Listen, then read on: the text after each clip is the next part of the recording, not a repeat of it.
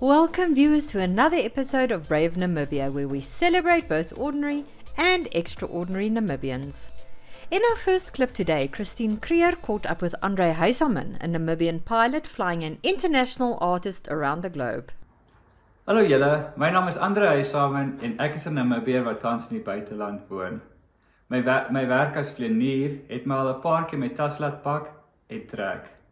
Ek het 7 jaar in Ethiopië gewoon, 'n jaar in Los Angeles, 'n jaar in Nigerië in Port Harcourt, 3 jaar in Singapore en op hierdie oomblik werk ek tans in Miami in Amerika.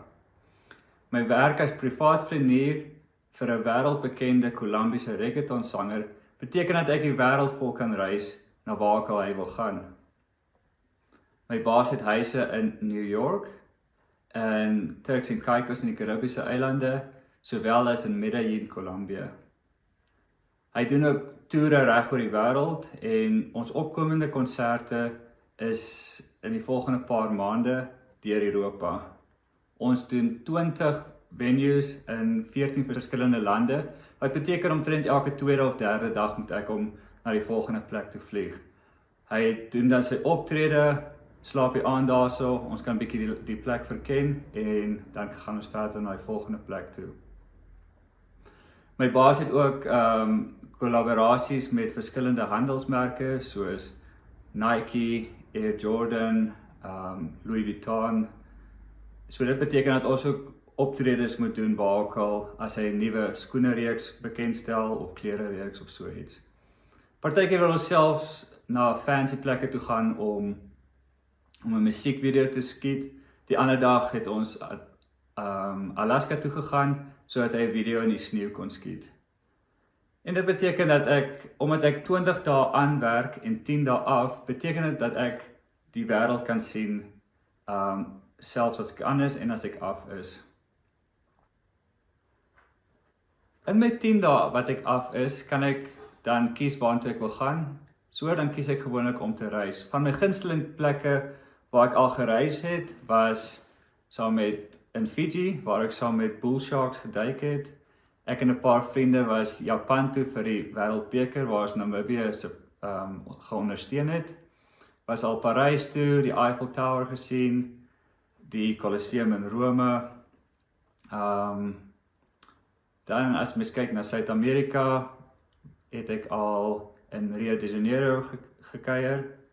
Dit beteken dat ek die groot standbeeld, die Christ the Redeemer kon sien. En ek was Peru toe en daar het ek Machu Picchu, een van die wonders van die wêreld gesien. Op hierdie oomblik woon ek in Miami, in Boca Raton, wat 'n deel van Miami is. Boca Raton sou ek sê is min of meer soos 'n groter Swakopmund. Dit is naby aan die see en alhoewel dit in Amerika is en hulle het nou winter, is die temperature baie mild. En byvoorbeeld in New York is dit nou -10 tot -12 grade Celsius, maar in Miami is dit, sê maar, tussen positief 10 en 15 grade. Ek is daarom nie gebou vir die koue nie, so dit pas vir my eintlik om in Miami te woon. Boca Raton is 'n woongebied wat baie bied vir mense wat hou van die buitelug. Daar is baie kanale en moerasse waar mens kan kajak, mens kan visvang, bootry. Die strand is ook naby, daarso gaan mense gewoonlik om strandvolleybal te speel of om te surf. En so dit is maar 'n plek wat mens iets kan doen in die buitelug. Om in Amerika te woon is heeltemal anders as in Namibia. Van die groot dinge wat ek sou sê wat verskillend is met Namibia, is dinge soos byvoorbeeld Amazon. Dit beteken jy kan enigiets wat jy aan vanaand kan dink, kan môreoggend voor jou deur afgelaai word. Jy dink miskien jy soek 'n cricketbat of 'n golfstel of seepoeier en môreoggend sal dit by jou wees. Dis partykeer 'n bietjie gevaarlik want dit beteken dat mense partykeer goed koop wat jy nie regtig sou gekoop het as jy moes na 'n winkel toe ry of dit gesoek het nie. Ander snaakse dinge is natuurlik dat hulle aan die ander kant van die pad ry, so hulle ry aan die regterkant, bestuur aan die linkerkant. Elektriese So voertuie is oral beskikbaar met kragpunte waar jy jou voertuig kan herlaai. As jy jou voertuig byvoorbeeld by die huis sou herlaai, sal dit miskien 7 ure vat om jou voertuig vol te laai. Maar hulle het superchargers al langs die pad en jy kan daar jou voertuig herlaai miskien binne 20 minute tot by 80% kapasiteit en dit kan jou so 300 tot 400 myl gee wat jy weer kan ry. 400 myl is natuurlik omtrent 600 km. Ander ding wat vir my snaaks was of iets om gewoond aan te raak is dat baie diere word gesien as emotional support animals. Jy kan jou klein jockie vat om op die internet inskryf as 'n emotional support animal, wat beteken niemand mag regtig vir jou sê jy moet hom iewers los nie. Dit beteken dat as mens in 'n taxi klim sal daar honde wees, op die treine, selfs in vliegtuie, sal mens dan honde sien. 'n ander snaakse ding is natuurlik self-checkouts in winkels. Jy sal al jou goedjies gaan haal, na die til toe stap en daar sal niemand by die til wees nie. Jy sal dan jou goedjies scan en neersit. Baie plekke wat bietjie meer gesofistikeerd is, sal dit wat jy gescan het, weet hulle presies hoeveel gram dit is. So as jy 'n pakkie pasta scan, weet hulle dit is net maar 150 gram en dan sit jy dit neer op 'n plek wat hom weeg en sê, okay, hierdie ding wat hy gescan het en die ding wat hy neergesit het is dieselfde item. Dan maak jy jou sakke vol, jy haal jou kaart uit of met kontant, betaal en stap by die winkel uit. Mens voel partykeer baie snaaks om dat niemand jou bevraagteken wat jy nou betaal het nie. Dit is ook baie maklik om te toer in Amerika. Ek het al 'n paar plekke gesien daar ook. Van my gunstelinge is natuurlik New York. My meisie Robin het van Namibia af kom kuier en ons het New York bietjie besigtig. Ons was na Harry Styles konsert toe, seker ek en omtrent 20,000 meisiekinders, maar dit was groot pret. New York is ook 'n stad wat is eintlik baie klein en die strate word genommer van 1 tot 11 noord en suid en 1 tot omtrent 130 as hulle oos-wes loop. So jy sal adres gee met 2 nommers. So ek woon op die 16de en die 42ste straat. 16de Avenue gaan af, 42ste straat gaan so. Dan sal mense jy op daai hoek kan kry en dan kan jy van daar af uitfigure waartoe jy moet gaan. Ook al hierdie strate is one ways, omdat die verkeer is so erg daarso. So dis een rigting daai kant toe, sê maar 6 is die 6ste straat is een rigting op, die 7de straat is een rigting af. So jy moet altyd amper verby jou destinasie ry en terug te kom, sê maar jy is nie in die regte rigting nie. Ek en sy het ook was by die Museum van Natural History. Dit is die een natuurlik waar die film Night at the Museum geskiet was met Ben Stiller. Daar het ons die groot dinosaurus skeletons gesien en natuurlik die, wat noem jy som, die Easter Island Head, daai een wat so sê gam, so dam of so iets. Ja, dit was natuurlik baie interessant. Daar's ek dink meer as 4 miljoen verskillende dingetjies wat uitgestal word. Van my gunsteling trips deur Amerika wat ek al gedoen het, ek en my pa was by die grootste ligskou in die wêreld, in 'n plek naby Chicago en Oshkosh. So ons het 'n camper gehuur, ons het soontoe gery en vir 'n week lank raak daai klein lughawetjie die besigste lughawe in die hele wêreld, selfs meer as Heathrow of JFK in New York. Omdat omtrent 10,000 klein vliegtuigies soontoe vlieg en hulle parkeers vlerk teen vlerk, die mense slaap sommer in tente onder hulle vlerke elke dag stap jy rond en ontmoet mense en ek dink in die week is daar omtrent 700 tot 800,000 mense wat daar rondstap. Jy kan natuurlik enigiets van die nuutste vegvliegtuie tot ou vliegtuie, tot kleintjies, tot grootes, tot amfibiese vliegtuie sien. Trips in Florida het ek en Robin al met 'n camper deur Suid-Florida gegaan. Ons het opgegaan teen die Ooskus tot by 'n klein dorpie St. Augustine. Wat St. Augustine bekend gemaak het is dis die eerste nedersetting in die hele Amerika. Ek dink die Portugese of die Spanjaarde het eers daar aangekom.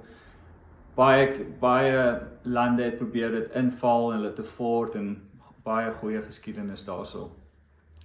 Toe het ons meer wes gedraai na 'n plek genaamd Guinea Springs wat vars water is wat uit die grond uitkom en dan in 'n rivier afvloei.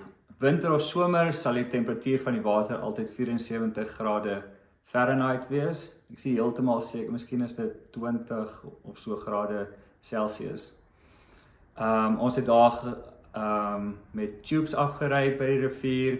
Ons het stand-up paddleboards gehad en canoes. So dit was 'n baie lekker tyd. Van daar af het ons in die campervan verder wes gegaan na 'n klein dorpie wat se naam Destin is. En toe weer teruggekom teen die Weskus, Naples en Tampa Bay en Naples. Naples en Miami sit oos-wes van mekaar af, maar dit kruis 'n groot moeras wat hulle noem die Everglades. Dit is miskien 150 km by 300 km wat dit net een groot moeras is. Daar sal mens krokodille, alligators, cougars, leislange, onder die water sal manatees, skilpaaie, so allerhande ongediertes wat mens daar sal kry. Wat ek die meeste mis van Namibië is natuurlik die mense, my vriende, familie. Die mense daar oorkant is glad nie dieselfde, nie so gasvry soos ons nie. En ja, dis een ding wat ek natuurlik mis. Ek mis ook die oop vlaktes.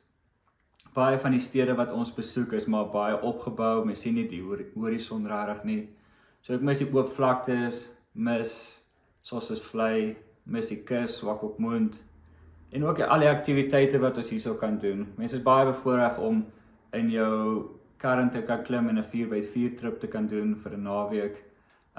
Ek mis om saam met my vriende motorfiets te ry, valskerm te spring en dan natuurlik die kos en braai. Om op gas te braai is glad nie dieselfde as om met hout te braai nie. So mense gebruik maar meestal gas in Amerika. Ek mis Sondag ete saam met die familie. Ek mis malva pudding en kookos.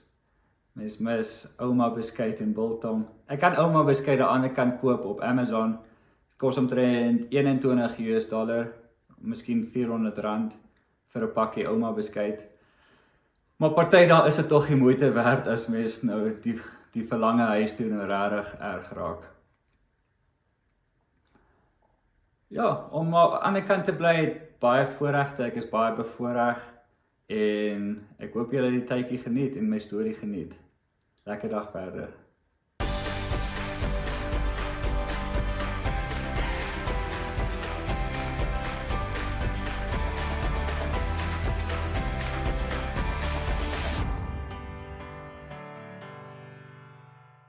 Next, Wetumweni Shikage spoke to Patricia Coetzee, who will be representing Namibia at the World Championships of Performing Arts in Los Angeles. Hi, my name is Patricia Coetzee and I am a vocalist/singer raised in Walvis Bay, but I'm currently in Windhoek, and I was given the incredible opportunity to represent my country, the land of the brave, in Los Angeles for the World Championships of the Performing Arts, which of course I will be singing. When asked when I started singing, it's quite difficult to answer because I have been singing for as long as I can remember, but I only started taking it seriously around lockdown in 2020. That's when there was nothing to do but sit at home, and a friend of mine who had his own little studio in his room, suggested that I come record a song. And that song was, I have to say, pretty good. It was on Instagram. We managed to go on NBC. And I had quite a lot of fun. And that's when this passion was reignited, because it's always been there, but never to this extent where I was actually curious to see what else I can do with my voice. And then in 2021, my family forced me to take part in a talent show that was sponsored and organized by Channel 7, the radio. And I didn't make the top 10 because I was an inexperienced singer, but I was scouted by a vocal trainer for the Singing Academy. And I've been a student there for the past 2 years, and my singing has drastically improved. I do not sound the same. If I compare videos now, it's two different people. The confidence level is way better. My voice, technical stuff is much, much better. And I just love the industry. It's brutal, it's crazy, it's entertaining, it's beautiful, all in one nutshell. I love it. So like any other trade, singing is something you grow into. Stage presence is something you obtain through many performances, through practicing, through training. So in the beginning, when I had to take the stage, I would shiver, completely shiver. So whenever I would wear jeans or something short, you could literally see my legs shivering. So I always made sure I had like something long and loose on so that you would not see my legs shivering on stage. But as the time progressed, as I was doing my training and my coach helped me with a lot of tips, I got the shivering under control. But I do think nerves is part of the industry. I think the nerves never leave you. If you don't have nerves for something, it's not meant for you. The nerves kind of give you that push to do better. I had a lot of challenges. For example, I had to learn how to use a mic properly. It was quite difficult for me because when you're a shy person like me, to hold that mic right, you need to show confidence, and that was quite difficult. But like I said, training made it so much better. And because of the training and the hard work I put in, I was able to win second place for Voice of Namibia last year, which was a big achievement because the previous year I didn't even make the top 10. I also qualified for Team Namibia for Talent America, which is also taking the part this year, but I chose to do Worlds instead because it's a bigger platform and you meet a lot more people. And I am now regularly performing at small establishments in both Rehoboth, Windhoek, Swakopmund and Walvis Bay. So I'm a busy girl when it comes to the singing industry.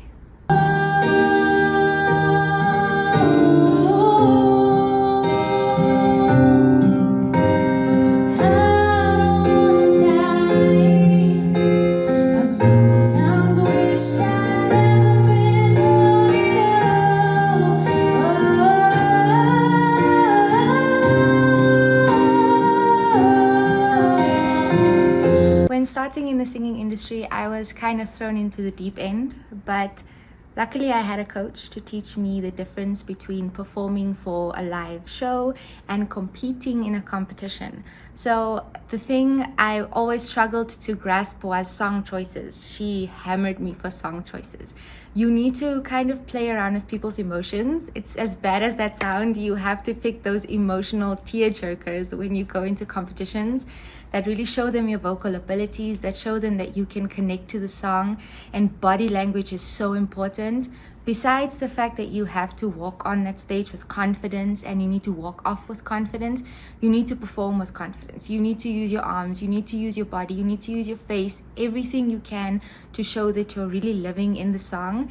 And I was kind of known as that girl that went all out when it came to what I wore on stage, because I feel like the judges judge you before you start singing. So the way you walk on, what you wear, how you greet them, how you say thank you, I just feel like it all counts in your favor if you put in that extra effort. So in this industry, like I mentioned before, it can be brutal, it can be crazy, but it can be beautiful at the same time. I take advantage of every opportunity to talk to the dancers, the singers, the models, you name it. I try to connect with all of them, get as much tips I can get from them to use them in my singing. And I just try to have as much fun as I can. Opportunities like presenting Namibia overseas, it doesn't come around a lot. So prepping for them, it's quite exhausting, but you have to put in the work so you can see the results. So I have 2 classes per week and then performances during the weekend, and I train on my own as well. And I'm starting a new program, which is more difficult than what I usually do, but I feel like the more intense it is, the more you learn, the better the experience will be when I go overseas, and hopefully I can come home with a gold medal. So my singing simply just started because I grew up in a family that loved music. All genres of music, you name it, country, pop, reggae, the 70s, the 60s, the 90s, the 80s. I know more about music from the 80s to later on than I do from current music. You can ask me about any song from the 80s, I can sing it to you, but do not ask me what came out yesterday. I'm completely lost when it comes there. So my family plays a huge role in my love for music. My parents always fight, and they're like going back and forth about where I got the voice, because honestly, neither one of them can sing. So somewhere down the line, there was a Whitney Houston in the family. So yeah, my love and passion comes from my family. The support I get from my parents, my siblings, and my other family members, it's extraordinary. And I would not have come this far without their emotional support and them just backing me with every decision I make, and the advice they give me, and the fashion advice I get from my friends. I cannot be more grateful for what they're doing. You were here before, could look you in the eye. You're just like an angel. Your skin makes me cry. You fall like a feather in a beautiful world. You're so very special. I wish I was special.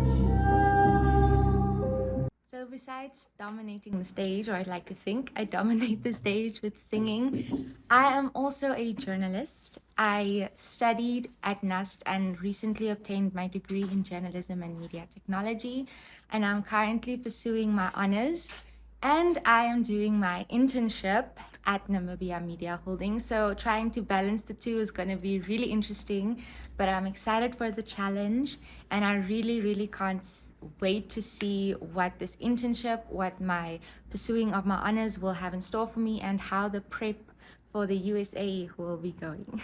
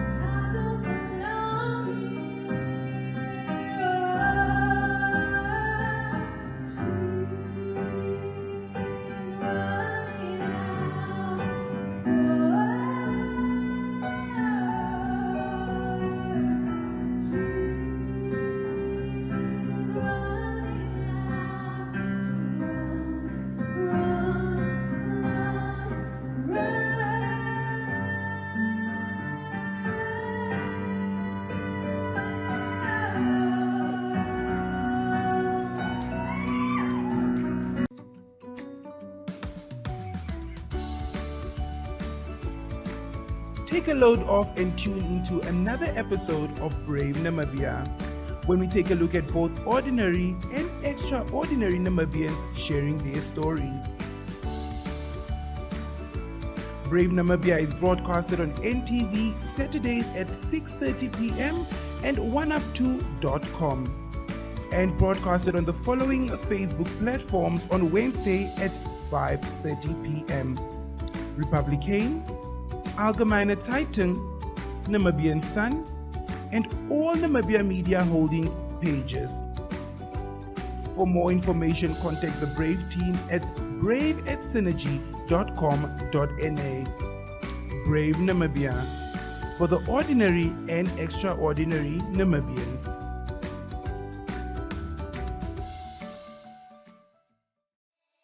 Thank you for tuning in today. If you know of someone you feel should feature on our show, please contact us at brave@synergy.com.na.